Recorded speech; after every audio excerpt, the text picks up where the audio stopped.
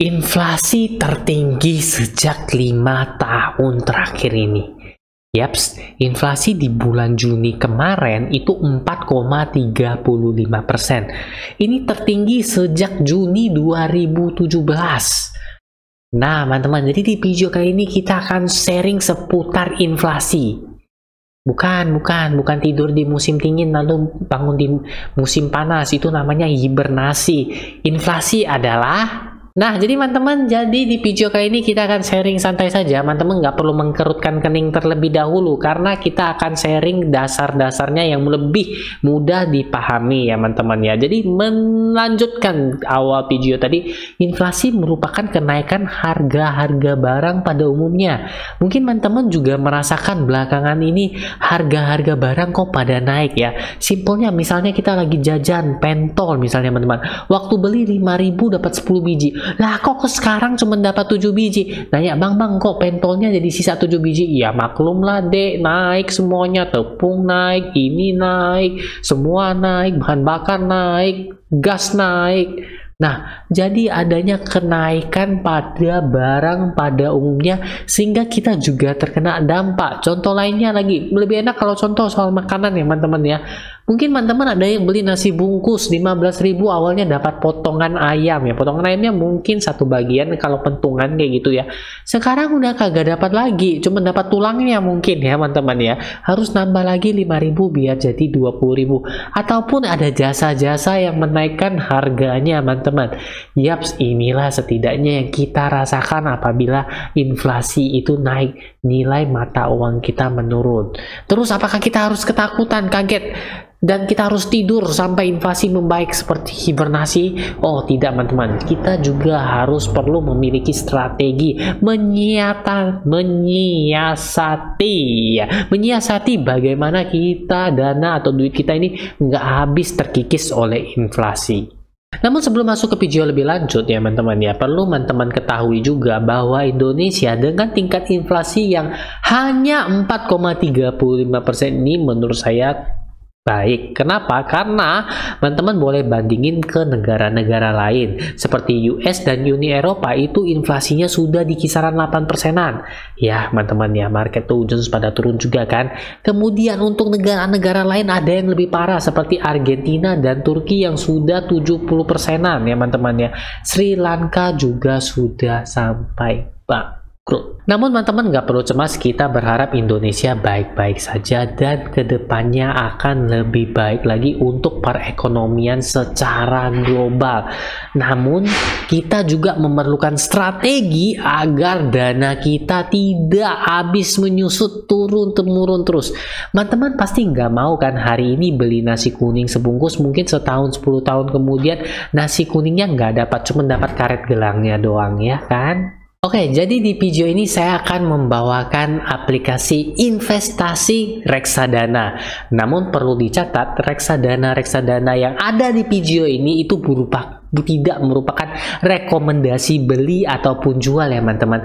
Tetap pelajari terlebih dahulu, ini kan hanya contoh untuk sharing. Oke, jadi saya tampilin dulu aplikasi bibit saya di mana. Yap, sudah muncul ya teman-teman di samping sini. Oke ya. Wah, ini udah portofolio. Kita update dulu ya. Pasti Hyung update lagi dong portofolionya Hyung. Oke, ini kalau untuk Jarvis sudah minus teman-teman.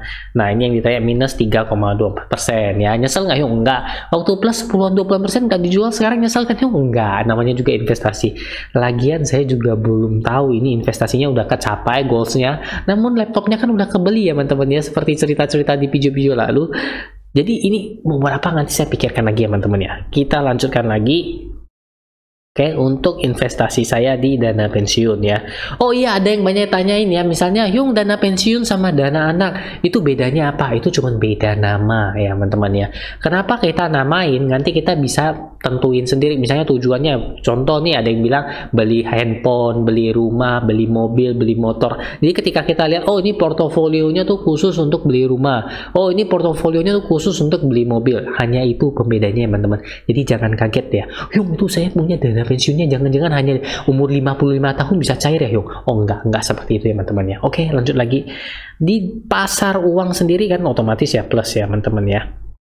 Kemudian di obligasi masih plus, 3%-an dan 1%-an. Nah, untuk di reksadana saham saya masih plus 9% dan 5%-an. Inilah kemampuan DCA yang saya rutin lakukan terus-menerus sehingga portofolio saya sampai sekarang masih hijau.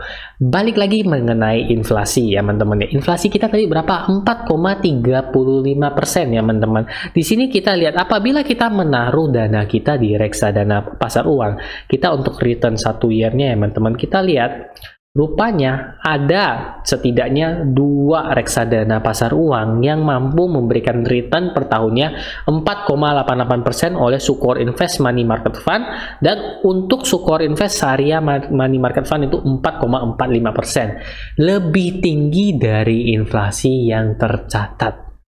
Jadi kedua produk reksadana ini setidaknya mampu mempertahankan dana kita ya teman-teman.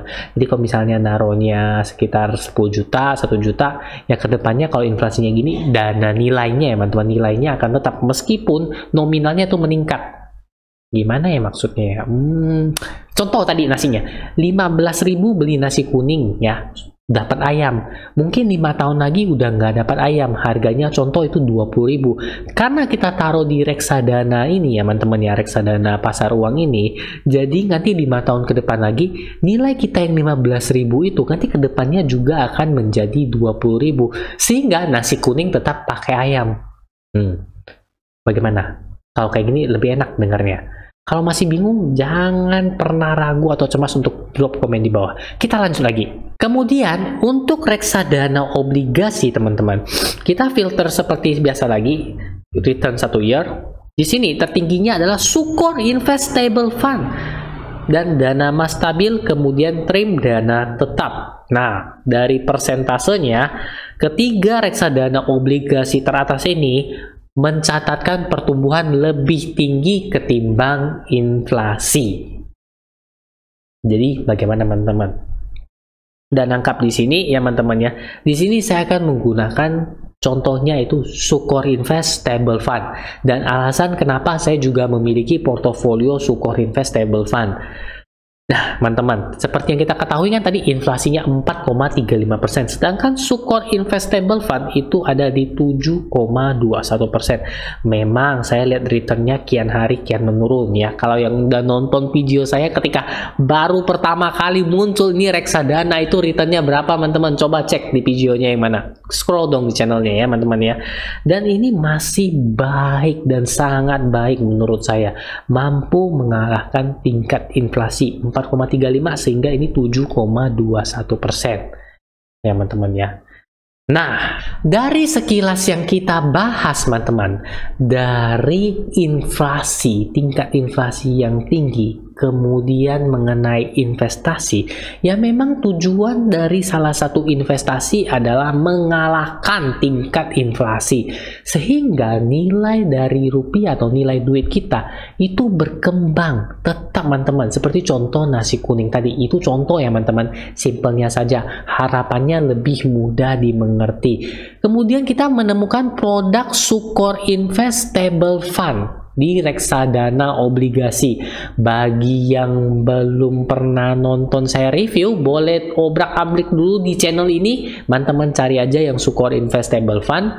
Nah, di situ akan dijelaskan beberapa kelebihannya. Ingat, saya nggak rekomendasi, tapi saya memberikan contoh supaya kita nggak perlu panik, nggak perlu cemas, karena masih ada tawaran-tawaran investasi yang memberikan return lebih tinggi daripada tingkat inflasi.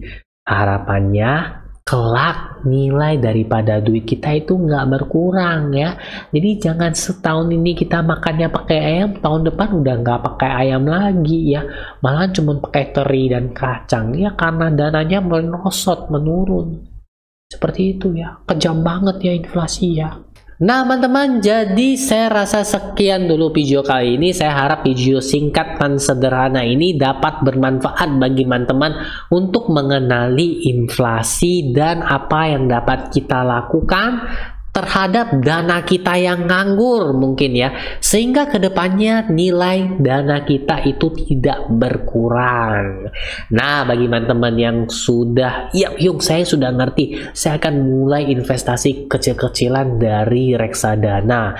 Teman-teman boleh install aplikasinya di Play Store maupun App Store, dan jangan lupa gunakan kode referralnya ada ya di atas ya, sehingga teman-teman dapat cashback 25.000. Ingat, investasi sekarang sudah sangat mudah, simple, dan bisa dimulai hanya 10.000 saja. Oke. Nah, jadi bagi teman-teman yang masih punya pertanyaan, bingung, ataupun request, tapi mohon maaf, request seperti yang kemarin ini, yang ternak Nesia, dan kemudian request untuk Londa ini merupakan nge-review aplikasi, namun telah saya lihat aplikasinya itu merupakan aplikasi e-commerce.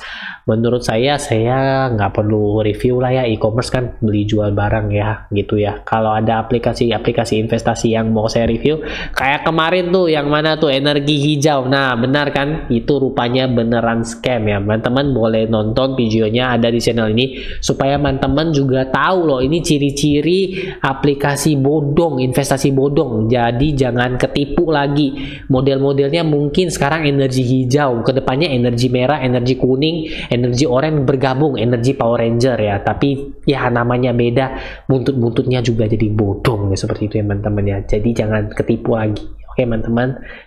Oke, jadi sampai nanti ketemu video saya lagi. Oke, ditunggu ya teman-teman ya. Sampai jumpa.